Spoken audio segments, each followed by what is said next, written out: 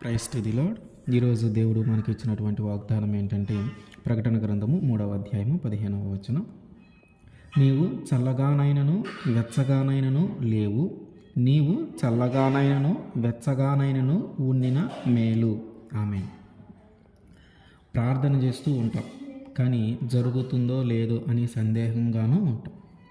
దేవుని మందిరంలోనే ఉంటాం, కానీ మన ఆలోచనలు అన్నీ కూడా దేవుని మందిరానికి బయట వైపు ఉంటాయి. దేవునితోనే ఉన్నాము అని అంటూ ఉంటాం, కానీ దేవుడు తప్ప అన్నీ ఉంటాయి మనలో. మంచివాడిగాను ఉండము, చెడ్డవాడిగాను ఉండము, మధ్యలో ఉంటాం. ఉపయోగపడేవాడిగానే ఉండము, ఉపయోగపడనేవాడిగాను ఉండము, మధ్యలో ఉంటాం. ఇటువంటి స్థితిని దేవుడు ఏమంటూ ఉన్నాడంటే, ఒకటి నువ్వు అటువైపు అయినా ఉండు, లేదంటే ఇటువైపు అయినా ఉండు. దేవుని వైపు అయినా ఉండు, సాతాను వైపు అయినా ఉండు. మంచి వైపు అయినా ఉండు, చెడు వైపు అయినా ఉండు. నువ్వు మధ్యలో మాత్రము ఉండొద్దు. నువ్వు చల్లగానైనా ఉండు, వెచ్చగానైనా ఉండు. అంటే నీ వల్ల ఇటువైపు అన్న ఉపయోగం ఉండాలా, లేదంటే ఇటువైపు అన్న ఉపయోగం ఉండాలి. ఏదీ లేకుండా నువ్వు మధ్యలో ఉంటే నీ వల్ల నీకు కూడా ఉపయోగం ఉండని పరిస్థితి. ఆయన ఏమంటూ ఉన్నాడంటే, ఒకటి చెడిపోయిన జీవితాన్ని జీవిస్తూ ఉంటే అందులోనైనా ఉండు. లేదు, నా జీవితాన్ని నేను మార్చుకోవాలనుకుంటావా, దేవుని వైపు అన్నారా. అంతేగాని కొంచెం సేపు దేవుని వైపు వచ్చి మళ్ళీ చెడిపోవటానికి, పాపము చేయటానికి నువ్వు వెళ్ళిపోకూడదు. దేవుడి వైపు వస్తే పూర్తిగా దేవుని వైపు వచ్చేసి, అంతేగాని కొంచెం సేపు ప్రార్థన చేసి కొంచెం సేపు దేవునిలో ఉండి ఏదో సమస్య వచ్చినప్పుడు, పరిస్థితి బాగలేనప్పుడు, లేదా అవకాశం వచ్చినప్పుడు, తప్పు చేయడానికి అవకాశం వచ్చినప్పుడు తిరిగి పడిపోకూడదు. నువ్వు చల్లగానైనా ఉండు, వెచ్చగానైనా ఉండు, కానీ నులువెచ్చగా మాత్రం నువ్వు ఉండొద్దు. 2వ రాజుల గ్రంథము 17వ అధ్యాయము 33వ వచనం. ఈ ప్రకారముగా వారు యెహోవా యందు భయభక్తులు గలవారయ్యుండి తాము ఏ జనులలో నుండి పట్టబడితిరో ఆయా జనుల మర్యాద చొప్పున తమ దేవతలను పూజించుచూ ఉండిరి. ఇజ్రాయేలు ప్రజలు షోమ్రోన్లో నివసిస్తూ ఉన్నప్పుడు తమ స్వదేశములోనికి ఆషూరు రాజులు ప్రవేశించి వారి అందరినీ చెదరగొట్టి ఆ షోమ్రోన్లో ఉన్నటువంటి ఇజ్రాయేలీలందరినీ కూడా తిరిగి ఆషూరు దేశంలోనికి తీసుకొని వచ్చారు, చెరబట్టుకొని తీసుకొని వచ్చారు. ఇజ్రాయేలీలు ఆ షోమ్రోలో నివసిస్తూ ఉన్నప్పుడు దేవునికి వ్యతిరేకంగా జీవించారు కాబట్టి ఆషూరు రాజు చేతికి దేవుడు వారిని అప్పగించాడు. ఆషూరు రాజు చేతికి వారిని అప్పగించడాన్ని బట్టి ఇప్పుడు ఆ షోమ్రోనులో ఎవ్వరూ లేకుండా దేవుడు వెళ్ళగొట్టాడు ఇజ్రాయేలీలందరినీ. అయితే ఇప్పుడు ఆ షోమ్రోను ఖాళీగా ఉంది. షోమ్రోన్లో ఉన్నటువంటి ఇజ్రాయేలీలు అందరూ కూడా ఆషూరు దేశానికి చెరపట్టబడి తీసుకొని పోయారు. ఈ ఖాళీగా ఉన్నటువంటి ఈ షోమ్రోనుని ఆషూరు రాజు ఏం చేశాడంటే, ఆ చుట్టుపక్కల తన ఆధీనంలో ఉన్నటువంటి దేశాలలో నుండి ప్రజలను తీసుకొని వచ్చి ఆ షోమ్రోన్లో ఉంచాడు. ఆ చుట్టుపక్కల ఉన్నటువంటి బబులోను, కూత, హవ్వ, హామాతు, సెపర్వాయిము, ఇట్లా ఆ చుట్టుపక్కల ఉన్న ప్రాంతాల నుండి ప్రజలను తీసుకొని వచ్చి ఈ షోమ్రోన్లో నివసించేలాగా వాళ్ళని అక్కడ ఉంచాడు. అయితే అది దేవుడు ఏర్పాటు చేసుకున్నది కనుక ఇప్పుడు అక్కడ ఎవరున్నారు? దేవునిని ఎరుగని వారు, దేవుని భయము లేనివారు, ఈ దేవుణ్ణి ఎలా పూజించాలో తెలియని వారు, ఎలాంటి భయభక్తులు కనబరచాలో తెలియని వారు, ఎలాంటి ఆచారాలను పాటించాలో తెలియని వారు.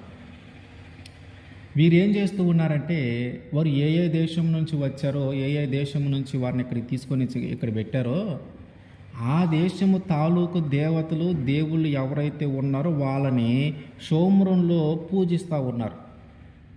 వాస్తవంగా ఇక్కడ పూజించాల్సింది ఎవరినంటే, ఇజ్రాయేలీలు దేవుడు అబ్రహాము, ఇస్సాకు, యాకోబు దేవుడు, వాళ్ళు ఎవరైతే ఏ దేవుడిని అయితే పూజించారో ఆ దేవుడిని పూజించాలి.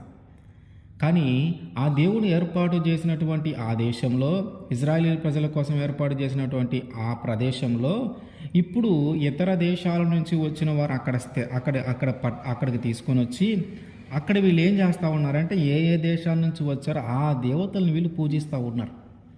ఇది చూసినటువంటి దేవునికి కోపం వచ్చింది. వాళ్ళ మీదకి కొన్ని సింహాలను వదిలాడు దేవుడు. ఆ సింహాలు వచ్చి అక్కడున్న వాళ్ళందరినీ చంపేస్తూ ఉన్నాయి. అయితే ఈ విషయం గ్రహించి ఆషూరు రాజు దగ్గరికి వెళ్ళి చెప్పారు, అయ్యా మరి ఈ దేశంలో మేము నివసిస్తూ ఉంటే సింహాలు వచ్చి చంపేస్తూ ఉన్నాయని.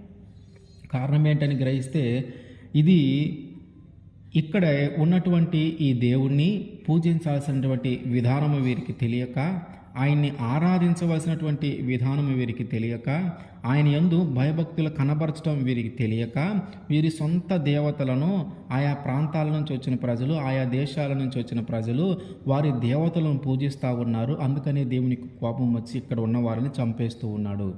కాబట్టి ఇప్పుడు మీరు ఏం చేయాలంటే, అది దేవుడు ఏర్పాటు చేసుకున్న నగరం కాబట్టి, దేవుడు ఏర్పాటు చేసుకున్న ప్రదేశం కాబట్టి ఆ దేవుణ్ణి పూజించటం వీరికి తెలియాలి, ఆ దేవుణ్ణి ఆరాధించటం వీరికి తెలియాలి అని చెప్పి ఈ చెరపట్టబడి అక్కడికి తీసుకొని వెళ్ళిపోయారు కదా ఆషూరు దేశానికి. అక్కడ ఉన్నవారిలో ఒక యాజకుడిని తీసుకొని ఇక్కడ మళ్ళీ షోమ్రోనికి తీసుకొని వచ్చి, ఇదిగో మీరు ఇజ్రాయేలీలైనటువంటి మీరు మీ దేవుని ఎలా ఆరాధించేవారో, మీ దేవుని ఎలా పూజించేవారో ఇదిగో ఇక్కడ ఉన్నటువంటి ప్రజలకు నేర్పించండి, ఇక్కడ ఉన్నటువంటి ఈ ప్రజలకు నేర్పించమని ఒక యాజకుడిని పంపించారు ఆషూరు రాజు. అయితే ఆ యాజకుడు మళ్ళీ షోమ్రోనుకు వచ్చి షోమ్రోన్లో ఉన్నటువంటి ఇతర దేశాల నుంచి వచ్చిన వారందరికీ కూడా దేవుణ్ణి ఎలా పూజించాలి, ఎలా ఆరాధించాలి, దేవుని యందు ఎలా భయభక్తులు కలిగి ఉండాలి, ఎలాంటి విశ్వాసం కలిగి ఉండాలి, ఎలా నమ్మకం కలిగి ఉండాలి, ఇవన్నీ కూడా ఆయన నేర్పించుకుంటూ వస్తూ ఉన్నాడు. కానీ ఎంత నేర్పించినా కూడా వాళ్ళు ఏం చేస్తూ ఉన్నారంటే, పైకి భక్తి చూపిస్తూ ఉన్నారు, పైకి భయపడుతూ ఉన్నారు, పైకి వాళ్ళు నటిస్తూ ఉన్నారు. కానీ వాస్తవంగా వాళ్ళు ఏం చేస్తూ ఉన్నారంటే ఎప్పట్లాగే వారి దేవతలను వారు పూజిస్తూ ఉన్నారు. అంటే మన స్థితి కూడా అట్లానే ఉంది. మనము పైకి నటిస్తూ ఉన్నాం, పైకి భయభక్తులు కనబరుస్తూ ఉన్నాం, పైకి మనము దేవుని వైపు ఉన్నాము అన్నట్టుగా మనం చేస్తూ ఉన్నాం. కానీ వాస్తవంగా మనము దేవునితో లేము. స్థిరమైన మనస్సు మన దగ్గర లేదు. ప్రార్థన చేస్తున్నట్టే ఉంటాం, కానీ సందేహం జరుగుతుందో లేదో. మందిరంలోనే ఉంటాం, కానీ మన మనసు, మన ఆలోచనలు అనేవి కూడా మందిరానికి బయట ఉంటాయి. దేవునితోనే ఉన్నాము అన్నట్టుగా మనం ప్రవర్తిస్తూ ఉంటాం, కానీ దేవునిలో అస్సలే ఉన్నాం మనం. అంటే పైకేమో దేవుడితో ఉన్నట్టుగా మనం కనపడుతూ ఉన్నాం, కానీ లోపల ఆంతర్యం ఎట్లా ఉందంటే దేవునికి వ్యతిరేకంగా ఉంది. ఒక ద్విమనస్కుల వలె మనము ప్రవర్తిస్తూ ఉన్నాం. మనము పైకి చూస్తేనేమో అరే వీళ్ళు ఎంత చక్కగా ఉన్నారు, దేవుళ్ళు ఎంతగా ఎదగబడుతూ ఉన్నారు, దేవునికి ఎంత దగ్గరగా ఉన్నారు, వీళ్ళు ఎంత బాగా ప్రార్థన చేస్తారో అన్నట్టుగా మనం కనిపిస్తూ ఉంటాం. కానీ వాస్తవంగా మన ఆంతర్యంలోనికి కానీ తొంగి ఒకసారి చూస్తే అది ఎట్లా ఉందంటే పాపములో, మోసములో, ఆలోచనలో చెడిపోయి, తలంపుల్లో చెడిపోయి ఇట్లాంటి పరిస్థితుల్లో మనము ఉంటున్నాం. పైకి మాత్రం దేవుళ్ళలోనే ఉన్నట్టు కనిపిస్తాం, కానీ వాస్తవంగా దేవుళ్ళలో మనము లేవు. అయితే దేవుడు ఏమంటూ ఉన్నాడంటే, ఎవరైతే ఆయన వైపు ఉంటారో, ఎవరైతే ఆయన పక్షమున ఉంటారో ఆయన వైపు మన వైపు ఆయన ఉంటాడు. ఆయన పక్షమున ఎవరైతే ఉండరో, ఆయన పక్షమున ఉండని వారికి ఆయనే విరోధిగా ఉంటాడు. అంటే మనము ఆయన పక్షాన ఉన్నామా, ఆయన మన పక్షాన ఉంటాడు. మనము ఆయన పక్షాన లేమా, ఆయన మన పక్షాన ఉండడు. అట్లాగే ఆయనే మనకు విరోధిగా ఉంటాడు. అంటే ఎట్లా విరోధి అవుతాడంటే, మనము ఆయన పక్షాన లేవంటే సాతాను పక్షాన ఉన్నట్టు. సాతానికి దేవుడు విరోధిగా ఉన్నాడు కాబట్టి మనకి ఆయన విరోధిగా ఉంటాడు.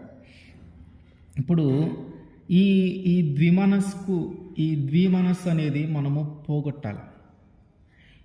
ఈ చల్లదనమా, వెచ్చదనమా, ఏదో ఒకటి నిర్ణయించుకోవాలా. నులివెచ్చగా ఉండకూడదు. మంచివాడివా, చెడ్డవాడివా, మధ్య రకం మాత్రం ఉండొద్దు. నీ వల్ల ఉపయోగం లేదా, అసలు ఇది ఏంటి అని క్వశ్చన్ చేస్తే ఏ సమాధానం లేని పరిస్థితి రాకూడదు.